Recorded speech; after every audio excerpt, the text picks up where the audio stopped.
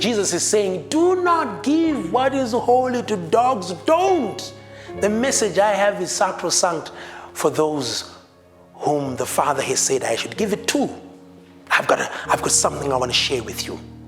And it's a story of a baker and someone who made cheese.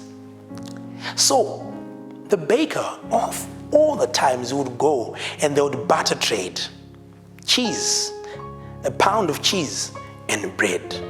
And that was the trade.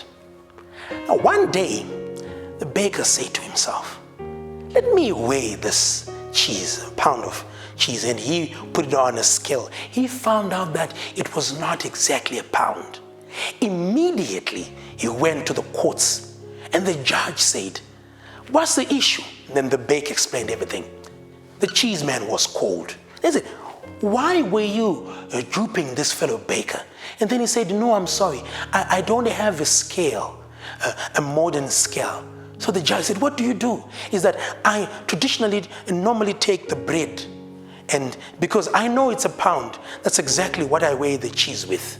And from that day onwards, the verdict was made. What's the moral of this story?